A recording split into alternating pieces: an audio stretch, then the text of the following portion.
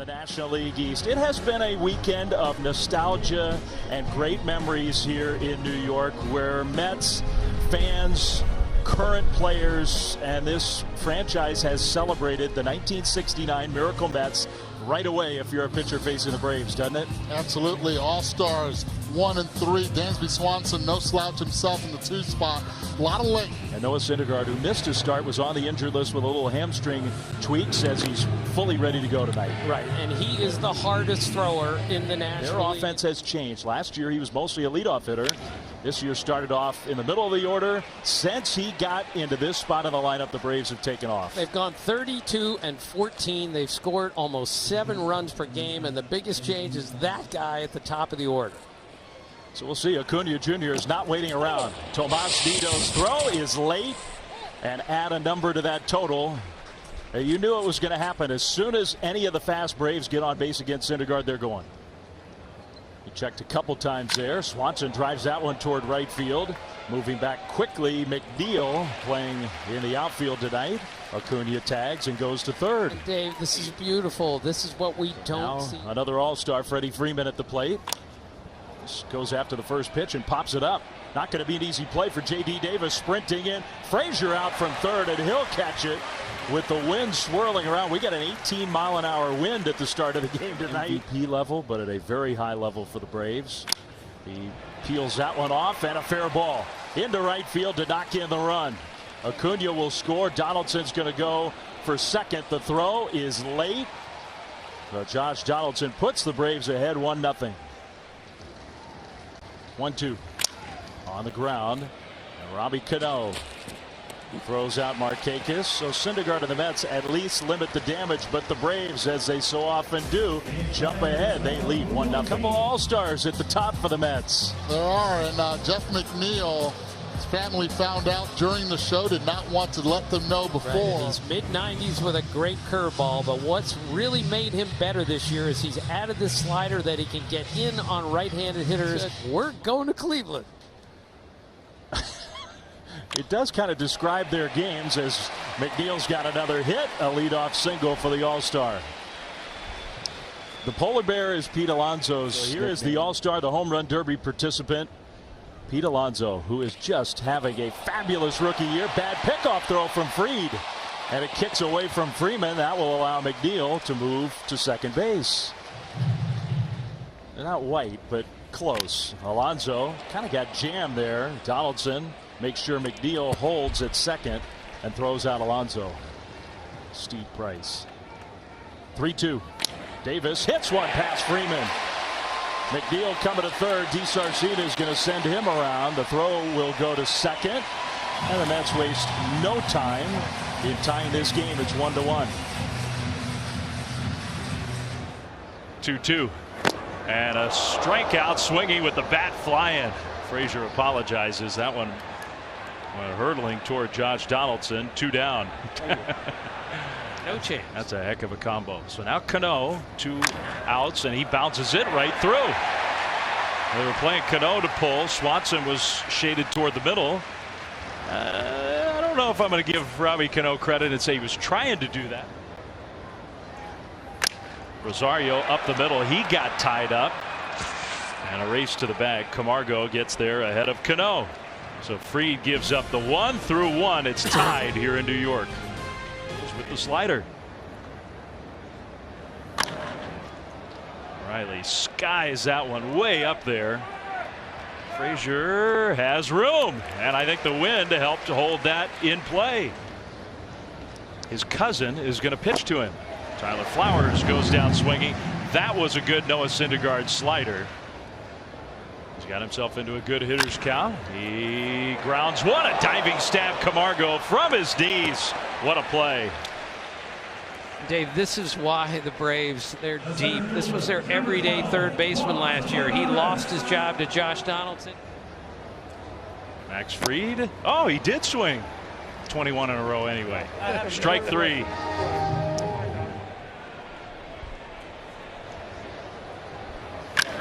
There's that right center field swing you were talking about, and it is gone. Yeah. I think you deserve to watch that one. He did watch it. And he's fearless. Eduardo, this is ridiculous. Well, what makes him so special is the ability to forget what the pitcher is trying to do on the previous pitch. 105.8 miles per hour exit velocity, the distance 437 feet opposite field. No doubt deafening right there. Swanson off the foot, and I don't think Rosario had much of a chance. He tried the bare hand pickup. I don't think it was going to matter. Mallory Pugh plays for the women's national soccer team, huh? Yes, she does. So after the game against France, I said to Dansby, what was that phone call like when she called? He's taking a big lead, and there they both go. Donaldson swings away, though, and now everybody's got to get back in a hurry. Infield fly! Hung up there so long, they called the infield fly rule. Throwing starting pitchers in the game are on this Mets staff. Runners go again. That throw goes to second. Even that is too late. It was the correct play. Nito knew he had no chance to get Swanson, but even with a good throw, the double steal. What a great play there by Freddie Freeman, and being able to get a good jump. If he's safer out on replay, but watch him. He's already in a starter's position. Watch the movement of the bag upon impact. Right and the there. tag. The tag is applied, and then the bag moves. Could be called out. All right, we're going to get the ruling from, I always say from New York. He's safe. So the Mets challenge, and they do not win. Got him swinging. Well, it looked to me like he went with the changeup there. They were not a very good team. They were. That is ball 4. Pete Alonso takes the walk. And then, of course, the 4-1 win against the Orioles in the World Series. J.D. Davis is 2 for 2. A lot of volatility in the country. A man landed on the moon, and the Mets won the World Series. We can do anything. Frazier up the middle. Base hit. Alonso's going to get the go sign. The throw, not in time. Alonso didn't slide, but he got away with it. The polar bear came rumbling home. He's having a great year. He is a Georgia native. Cano bloops one. And it's going to fall. Austin Riley did a good job, actually, to keep it from going by him. But Robbie Cano has his second hit. That is not good enough. He hits that one to right field. I think it's deep enough. Markakis all the way back to the warning track. And both J.D. Davis and Todd Frazier will tag up. Mets have their first lead of the night. There it is, Tim. Nito on the ground to second. Camargo, and almost a big mistake there. That would have cost them a run. They played the Knicks in the playoffs every year. So were you who is your guy on the Bullets? Flowers off the end of the bat. He lost it. Who's going to find it? J.D. Davis finally does at Twilight Sky. Not quite as dramatic as Ron Swoboda's catch. Finding out what the Cubs were doing as you were winning. You know, they were watching the scoreboard more than we played the same lineup in Chicago in the hot summer before the lights, and they had one man in the bullpen, and our left-handed platoon out-hit Henry Aaron, Orlando Cepeda, and Rico Cardi. Yeah. So great stories from 1969, the Miracle Mets. Ron, you going to stick around with us? Went on to sweep that series. We tried, Ron. We tried. Hey, I told Kirkjian he's going to be sitting next to us in New Orleans, and I get reminded more about the interviews I had with Jim Mora that went south. You know, playoffs. Maybe not quite that one. Yeah, close. The next year they won theirs, and they probably felt like everything went against them. He's out. He was. They pitched out and guessed right. Gil Hodges did that a lot in '69, didn't he? He was smart, and we did all kinds of He's plays. been doing it his entire career, and the beauty is, as we see this swing and strike right there, is that Chili singled in a run, and then singled and scored a run. This time ground ball, base hit. He's 3 for 3. So Davis is aboard with one out, and let's check in studio with Kevin Connors. All of what we see in this league at the moment. Frazier, the bat went flying again. Good effort, but the ball gets thrown away. So it's a hit for Frazier, and on the throw, Davis is going to go to third. Cano on the ground, could be two. That's one, and that's two. The double play means the run does not score. There goes Freeman, and it's ball four. So not just a leadoff walk, but back-to-back leadoff walks. The Braves are in business first. That's not like your bullpen doing a lockdown job. That's just doing a normal job. Markakis smothered by Alonso. That's one. Not in time at first. Freeman goes to third. He might have been thinking about it. 0-2. Riley chases that changeup. Strike three. In the dirt. Camargo, who is 0 for 2 tonight at the plate. Camargo, a little flip shot into left center field, and that's going to tie the game. And we'll see if our theory is right. If that's the last hitter for Syndergaard, Camargo with the base hit to tie it up 3-3. Runners take off again, and that is ball four. So 2 times he doesn't get the call. Syndergaard can't believe it. The bases are loaded. Noah Syndergaard in his major league career had never walked 3 in any inning until right now. So now the bullpen takes over. Syndergaard could not get through the top of this 6th inning. Chris Flexen, who's pitched in 7 games. 3-2. Chop towards second. Cano, kind of a tricky hop, throws out Matt Joyce, and for now, a bullpen reprieve for the Mets. That was a very big out. More than a tricky hop there, and he played that. I was looking at it, I'm going, oh my gosh, he's almost done with that, and I'm not even close to it. Are you kidding me?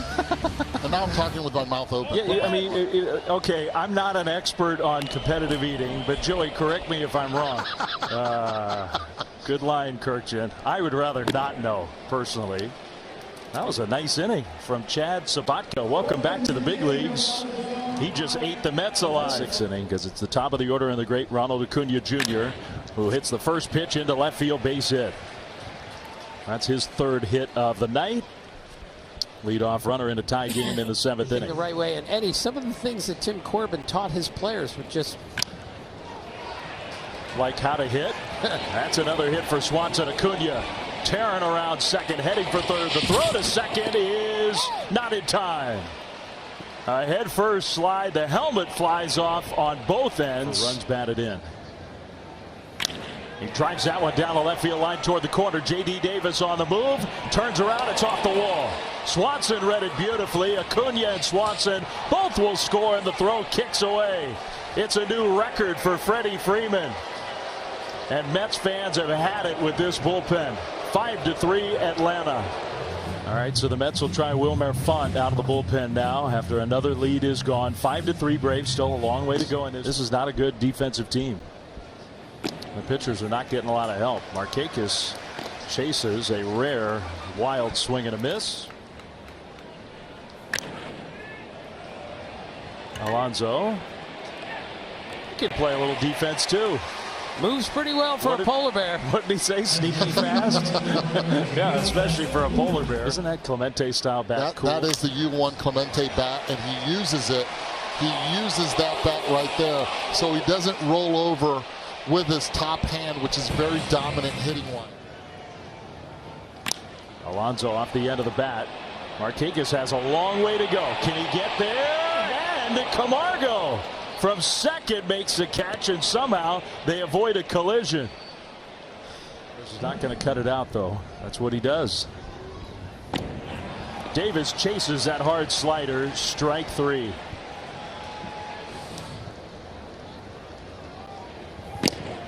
Not to mention Eric Young Jr. and Kevin Seitzer.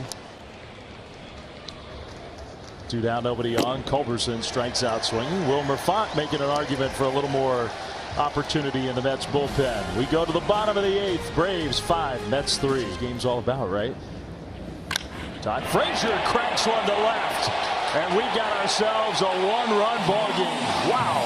Into the second deck. It's not over.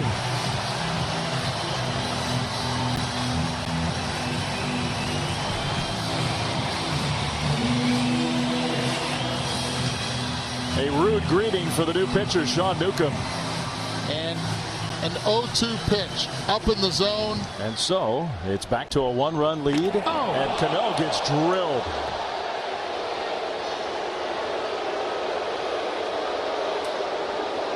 The order. Closer not available. Swarzak on the injured list today. The bullpen is not full. That's a hard hit ball. It goes right past Donaldson. He fields it cleanly. It's a double play. Instead, 2 on, nobody out. And that's a big break. It got on him in a hurry, and he was playing in. And that is not an easy play, but a lot of times we see Josh Donaldson pick that. Get the bunt towards him. He bunts it to third. Donaldson's going to go to third, and they get the force out there. Swanson cut over from short. They wheeled around and got the out. 0-2. Ramos to right field. Hit it hard, but on a line right to Markakis, who will make the catch. Tagging from second, Rosario. He goes to third. You can't ever play this game. Mile-an-hour fastball. The numbers may not be great. The stuff is pretty great. And Brian Snitker told us before the game he's throwing much better. To Michael Conforto. He takes ball 4. And he loads the bases for McNeil. Loves the first pitch. And he goes after the first pitch. Flips one to shallow right. Markakis can't get there. Base hit. Rosario scores. Echeverria scores. And the Mets go ahead 6-5. Check, check, and check. And I think the biggest mistake in this inning was not trying to throw Echeverria out at second base. You give an opportunity to Conforto. Hits that one fair. Down the third base line, headed for the corner. 1 run is in. Here comes McNeil. Finally the ball out of the corner. The relay home. Not in time.